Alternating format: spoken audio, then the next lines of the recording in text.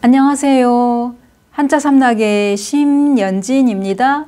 한자 삼락에 오신 여러분 환영합니다. 오늘은 4월 28일 월요일이에요. 4월 28일 하면 딱 떠오르는 인물 한 분이 계시죠. 충무공 이순신 탄신일이에요. 주말 잘 보내셨을 테고, 그러면 오늘 저랑 또 같이 공부해요. 제가 준비한 거는요.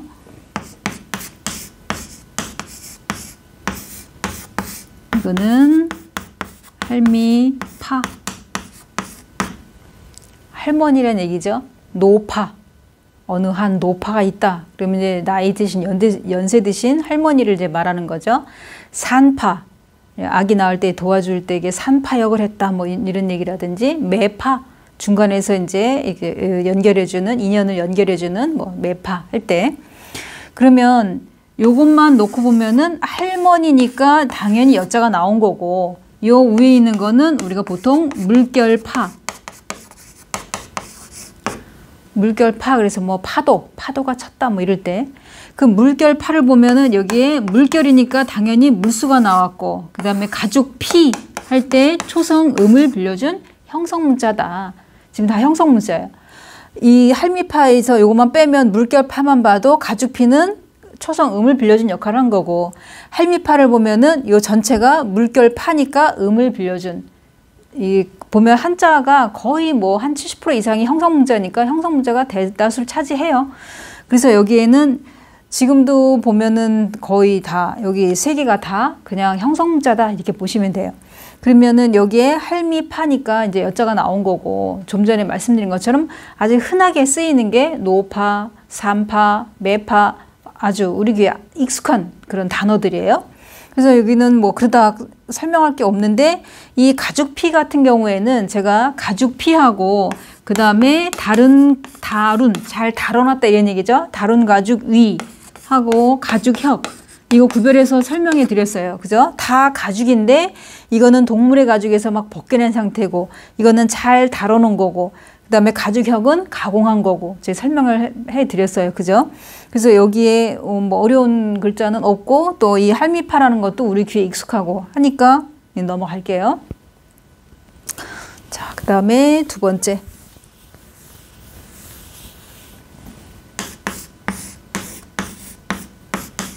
이거는 항아리 항.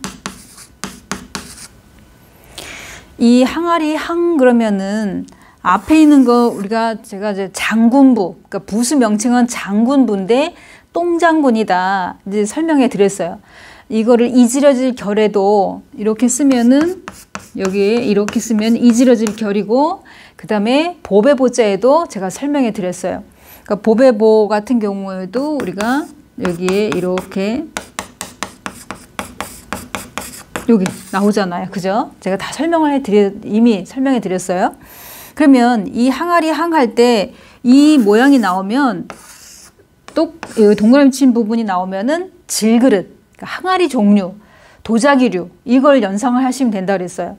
그래서 이 장군부 같은 경우, 이거는 똥장군 같은 경우에는 그러니까 사람의 인분, 그러니까 옛날에는 재래식 화장실에 보면은 이게 점점 인분이 차 올라오면 이걸 퍼내야 되잖아요. 그죠?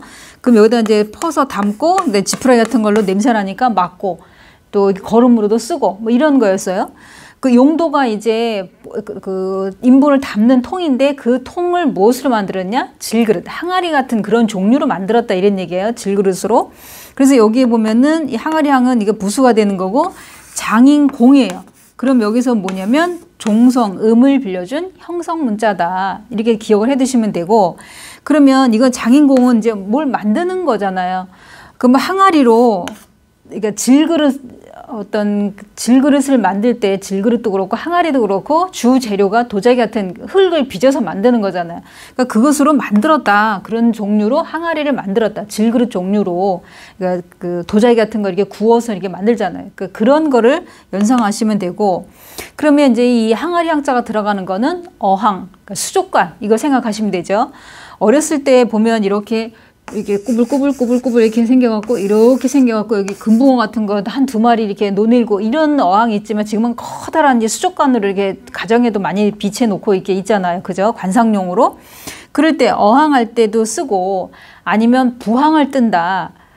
가끔 이게 TV에 배구나 농구 보면 선수들 보면 이게 뒷목덜미라든지 이런 데 보면 이게 도장, 한번 커다란 도장 같은 거 찍혀 있듯이 이게 부항 뜬 자국이 보이잖아요. 그죠? 그럴 때 부항 할 때도 마찬가지로 이 항아리 항자를 이제 쓴다. 이렇게 기억을 해 두시면 되고, 그러면은 또 동음이어로 우리가 고기 이게 잘 잡히는 곳 어항 그러면 그때는 고기 잡을 어가 돼야죠. 여기서는 어항 그러면은 당연히 물고기 어가 돼야 되고, 그죠? 이게 어항 있고, 그 다음에 고기 잡을 어가 들어가면서 항구 항자가 들어가면 이제 이거는 이제 우리가 그냥 취미 삼아 낚시하는 사람도 있고 그걸 업으로 하는 사람들 보면은 고기가 잘 잡히는 그 포인트를 알 거 아니에요. 그러니까 그런 것이 어항이다 이렇게 생각하시면 되는데 동음 이어예요. 그죠? 이 정도는 이제 구별하실 줄 알고, 그 다음에 항아리 항에서는 장군부가 부수이라는 거, 그래서 질그릇과 관련돼 있는 거는 이 부수 장군부가 나온다. 이렇게 기억해 두시면 되죠. 그 다음에 세 번째, 이거는 꾸짖을 가. 꾸짖다. 그래서 꾸짖다 그러면은 꾸짖을 가가 대표 흐름인데 또 웃을 가도 있어요. 웃을 가도 있는데 꾸짖다랑 웃는 거랑은 또 이렇게 전혀 의미가 다르긴 한데 이런 뜻도 있다는 것을 말씀드리는 거고, 양심의 가책을 느꼈다. 그럴 때 여기에 꾸짖을 책이랑 같이 단어가 돼서 가책 할 때는 이렇게 써요. 그래서 나 양심의 가책을 받았어. 가책을 느꼈어. 나 이거 잘못했어. 뭐 이런 얘기할 때 가책 이렇게 쓰는 거고, 아니면은 이 가짜를 두 개 쓰고 가가 대소, 그러니까 큰 데랑 웃음소를 써갖고 가가 대소 그러면 껄껄 웃는 모양. 그래서 이거는 꾸짖는다는 뜻도 있고 웃는다라는 뜻도 있어요. 그러면 여기에 가짜가 이 옳을 가짜. 우리가 옳다. 그래서 가부를 결정하다. 이럴 때 옳을 가짜 저걸 쓰잖아요.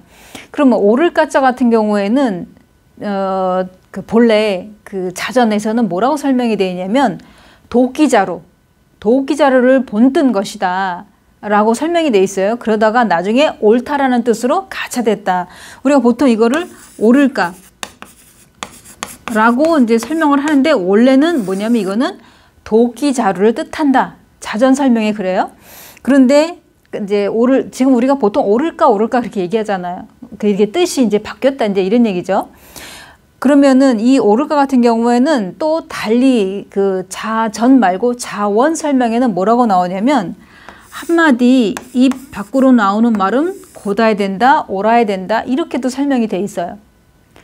우리가 그 말이 맞다. 그래, 너 말대로 해야지. 그게 옳다. 그렇게 얘기할 때 그 말이 옳아야 된다. 이런 얘기죠. 곧아야 된다. 그런 뜻으로 이거는 말 그대로 한마디 입 밖으로 나온 말은 옳아야 된다. 곧아야 된다. 이런 뜻이고, 그 다음에 여기에서 보면은 우리가 이제 이게 그 웃을까 또 꾸짖을까 이렇게 딱 놓고 보면은 당연히 이거는 음을 빌려준 이제 형성 문자가 되는 거고, 누군가를 꾸짖든 내가 어떤 질책을 받든 간에 입으로 누군가가 저를 만약에 야단을 친다면 그 사람 입 밖으로 뭐라고 얘기가 나올 거 아니에요. 만약에 제가 우리 뭐 아이들한테 야단을 친다든가 그렇다면 내 입 바깥으로 뭔가 야단치는 어떤 내용이 나올 거 아니에요. 그런 것도 마찬가지. 웃을 때도 우리가 한박 웃음 지으면은 입이 우리가 그러잖아요. 귀에 걸린다 이런 표현 하잖아요. 그런 것 같이 입을 이제 이게 웃는 모양, 이게 화가 나면 뚱 하지만은 웃을 때도 입이 이렇게 벌어지잖아요. 그죠? 그렇게 이제 생각하시면은 아하, 이거는 꾸짖는다. 꾸짖든 아니면은 웃든 간에 입 모양과 관련되어 있기 때문에 이제 이 그 같이 웃는 것도 쓰이고 꾸짖는 것도 쓰이고 이렇게 기억을 해 두시면 되죠. 그래서 여기에 꾸짖을 가 같은 경우에는 아까 말씀드린 것처럼 가책, 양심의 가책을 받아, 양심의 가책을 느낀다 이럴 때 쓴다는 거를 기억을 해 두시면은 되죠. 그래서 이 이제 그 꾸짖을 가는 그렇게 기억을 해 두시면 되고, 지금 오늘 세 개의 글자들이 다 형성 문자로 이제 쓰여진 것이 이제 공통적인 거예요. 자, 그러면 뭐 어려운 건 없으니까 그러면은 이제 4월의 마지막인 수요일 날 4월 30날 또 새로운 글자 갖고 찾아뵙겠습니다. 지금까지 한자 삼락의 심연진이었습니다. 안녕히 계세요.